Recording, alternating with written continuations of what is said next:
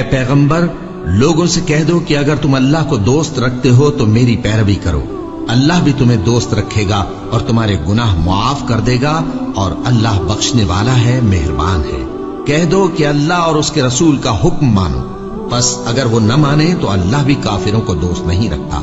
اللہ نے آدم اور نوح اور خاندان ابراہیم اور خاندان عمران کو تمام جہان کے لوگوں میں سے منتخب فرمایا تھا، ان میں سے بعض بعض کی اولاد تھے، اور اللہ سننے والا ہے، جاننے والا ہے۔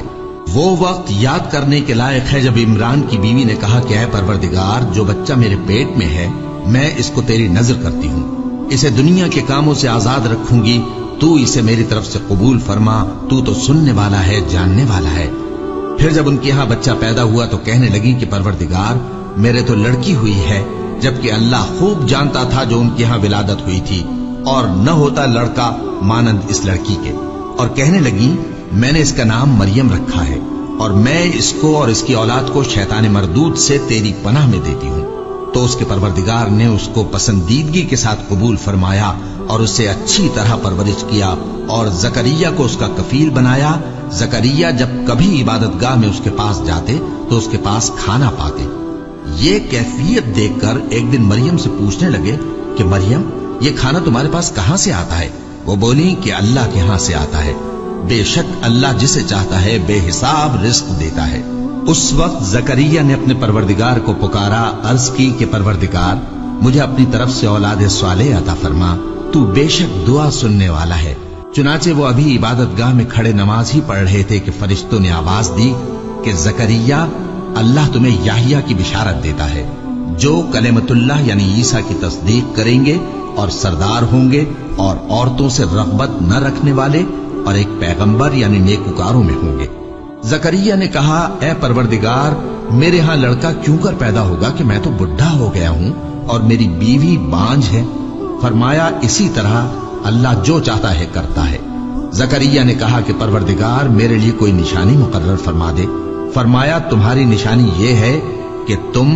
لوگوں سے 3 دن اشارے کے سوا بات نہ کر سکو گے، تو ان دنوں میں اپنے پروردگار کی کثرت سے یاد اور صبح و شام اس کی تسبیح کرنا۔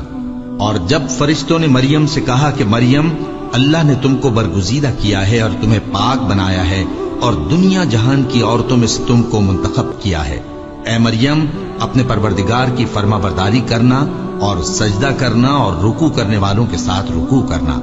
اے نبی، یہ باتیں اخبار غیب میں سے ہیں جو ہم تمہارے پاس بھیجتے ہیں۔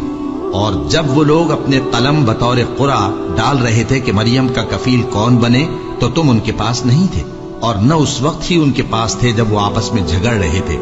وہ وقت بھی یاد کرنے کے لائق ہے جب فرشتوں نے مریم سے کہا کہ مریم، اللہ تم کو اپنی طرف سے ایک کلمے کی بشارت دیتا ہے جس کا نام مسیح اور مشہور عیسیٰ ابن مریم ہوگا،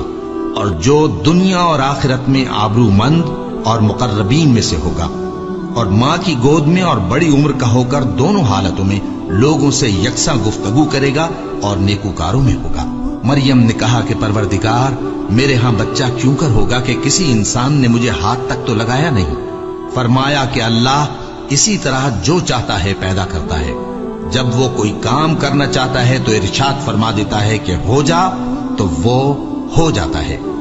اور وہ اسے کتاب و حکمت اور تورات اور انجیل کا علم عطا کرے گا، اور عیسیٰ بنی اسرائیل کی طرف پیغمبر ہو کر جائیں گے اور کہیں گے کہ میں تمہارے پاس تمہارے پروردگار کی طرف سے نشانی لے کر آیا ہوں، وہ یہ کہ تمہارے سامنے مٹی سے پرندے کی صورت بناتا ہوں، پھر اس میں پھونک مارتا ہوں تو وہ اللہ کے حکم سے سچ مچ پرندہ ہو جاتا ہے، اور پیدائشی اندھے اور ابرص کو تندرست کر دیتا ہوں، اور اللہ کے حکم سے مردوں کو زندہ کر دیتا ہوں، اور جو کچھ تم کھا کر آتے ہو اور جو اپنے گھروں میں جمع کر رکھتے ہو سب تم کو بتا دیتا ہوں۔ اگر تم صاحب ایمان ہو تو ان باتوں میں تمہارے لیے نشانی ہے، اور مجھ سے پہلے جو تورات نازل ہوئی تھی اس کی تصدیق بھی کرتا ہوں، اور میں اس لیے بھی آیا ہوں کہ بعض چیزیں جو تم پر حرام تھیں ان کو تمہارے لیے حلال کر دوں، اور میں تو تمہارے پروردگار کی طرف سے نشانی لے کر آیا ہوں، تو اللہ سے ڈرو اور میرا کہا مانو۔ کچھ شک نہیں کہ اللہ ہی میرا اور تمہارا پروردگار ہے، تو اسی کی عبادت کرو،